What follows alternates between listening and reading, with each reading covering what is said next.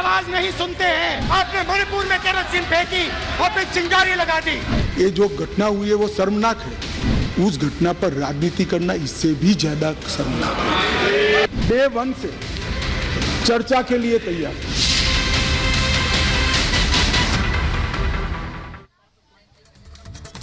तो प्रधानमंत्री नरेंद्र मोदी का आज संबोधन लोकसभा में अविश्वास प्रस्ताव को लेकर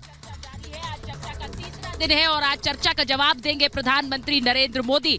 आपको ये बताएं कि बड़ी खबर राहुल गांधी के भाषण से जुड़ी हुई भी आ रही है। राहुल गांधी ने जो कल भाषण दिया है उसे संसद की कार्यवाही से हटा दिया गया है। समय की बड़ी खबर यही है क्योंकि राहुल गांधी ने जो शब्द बोले थे संसद के अंदर अपने भाषण के दौरान, उस पर उसी दौरान आपत्ति दर्ज कराई गई थी और अब बड़ी खबर ये कि सुचरिता उसे संसद की कार्यवाही से हटा दिया गया, रिकॉर्ड से हटा दिया गया। जी, ये कहा गया कि उन्होंने हत्या शब्द का इस्तेमाल 15 बार किया था और उसे लेकर आपत्ति, जैसा मृदुल ने कहा, जताई गई थी। और अब ये कहा जा रहा है कि जो आपत्तिजनक जो अंश है उनके भाषण का वो संसदीय कार्रवाई में रिकॉर्ड नहीं किया गया है, उसे हटा दिया गया है। अब इसे लेकर एक अलग ही द्वंद, क्योंकि राहुल गांधी के भाषण और उसके बाद उस भाषण से कई सवाल उठे। जयराम विप्लव जी हमारे साथ आ गए हैं, बीजेपी के प्रवक्ता हैं, हमारे साथ प्रोफेसर कपिल कुमार हैं। मैं एक बार जयराम जी आपसे ही पूछूंगी क्योंकि प्रधानमंत्री का आज संबोधन होना है, वो जवाब देंगे, लेकिन उससे पहले राहुल गांधी का संबोधन, उसमें कितना मणिपुर और कितना सरकार को लेकर सवाल?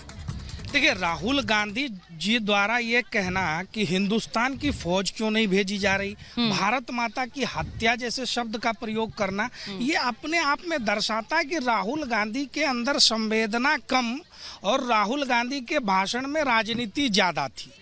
और राहुल गांधी जी ने जो कहा उसका तथ्यवार उत्तर गृह मंत्री जी ने दिया, गौरव गोगोई ने जो कुछ आरोप लगाए उसका उत्तर दिया। तो चर्चा की बात आप करते हैं, चर्चा की शुरुआत कर देते हैं, लेकिन उत्तर सुनने का हिम्मत नहीं है। गृह मंत्री जब बोल रहे थे तो राहुल गांधी क्यों नहीं थे, राहुल गांधी सदन में क्यों मौजूद नहीं थे, ये देश के लोग भी समझ रहे हैं। लगातार कांग्रेस पार्टी ने पिछले कई सत्रों में यही प्रदर्शन किया है कि चर्चा की शुरुआत करो, आरोप लगाओ, भाग जाओ, जवाब उनको सुनना नहीं। और प्रधानमंत्री ने पिछली बार जब जवाब देना शुरू किया तो ये वॉकआउट कर गए थे।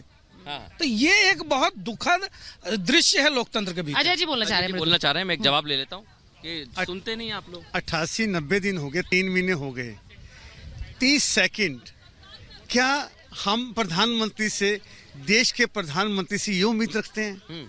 आज तो आ ही रहे हैं, आज आ रहे हैं, जब जागे जब सवेरा, हम प्रतीक्षा में हैं।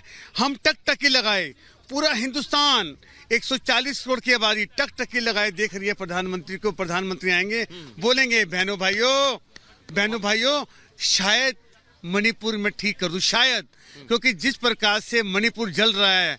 और मैंने पहले भी कहा था कि कैरोसिन लेके ना आए, उनकी चेकिंग की जाए।